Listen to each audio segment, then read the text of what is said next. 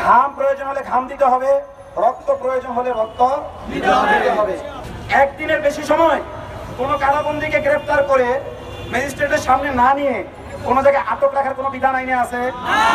তাহলে 16 বছর যাবত যারা মানুষকে আয়না ঘরে নিয়ে রেখেছে, না খাইয়ে কঙ্কাল বানিয়ে মেরেছে, তারা কি আসলে তাদের আইনের প্রতি শ্রদ্ধাশীল? কোরআন সুন্নাহর প্রতি তাদের কোনো শ্রদ্ধা নেই। তারা যেই মানব আইন তৈরি করলো, ওইটার প্রতিও কি কোনো শ্রদ্ধা আছে? শ্রদ্ধা আছে? নাই। ঘাম প্রয়োজন হলে ঘাম দিতে হবে, রক্ত প্রয়োজন হলে রক্ত দিতে হবে। বাঙালি জাতি পচা আদর্শের জন্যই যদি রক্ত দিতে জানে, তাহলে আল্লাহ সুবহানাহু ওয়া তাআলার মহান দিনের জন্য কি রক্ত দিতে পারবে না? আল্লাহ তাআলার মহান বিধান বাস্তবায়নের জন্য কি রক্ত দিতে পারবে না? আমি আপনাদের কাছ থেকে আলোচনার আগেই প্রতিজ্ঞা নিতে চাই, আপনাদের এখানে যারা নিফাক যুক্ত আছেন তারা চলে যান। যাদের ভিতরে নিফাক আছে কথা শোনার প্রয়োজন নেই। কারণ আজকের এই আন্দোলনে আমার সাথে খুব খাতির আছে এরকম অনেক বড় বড় সেলিব্রিটিকে আমরা আহ্বান জানিয়েছিলাম, কিন্তু তারা আসে নাই।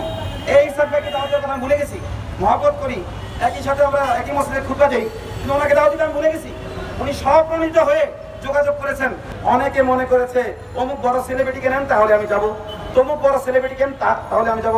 আমি বলতে চাই, আল্লাহর দিন কি কোনো সেলিব্রিটির মহতাজ?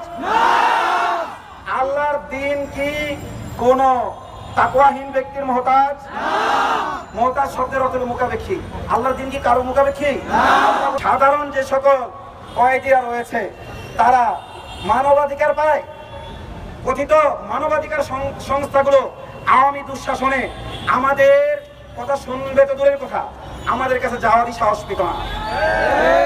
এক একটা জেলার এবং এক একটা সুপার যেন এক একটা সরকার, এক একটা জেলখানা যেন আলাদা একটা রাষ্ট্র। সেখানে এই হিন্দুত্ববাদী জেলার এবং সুপাররা যা বলে সেটাই যেন সেখানে কি আইন।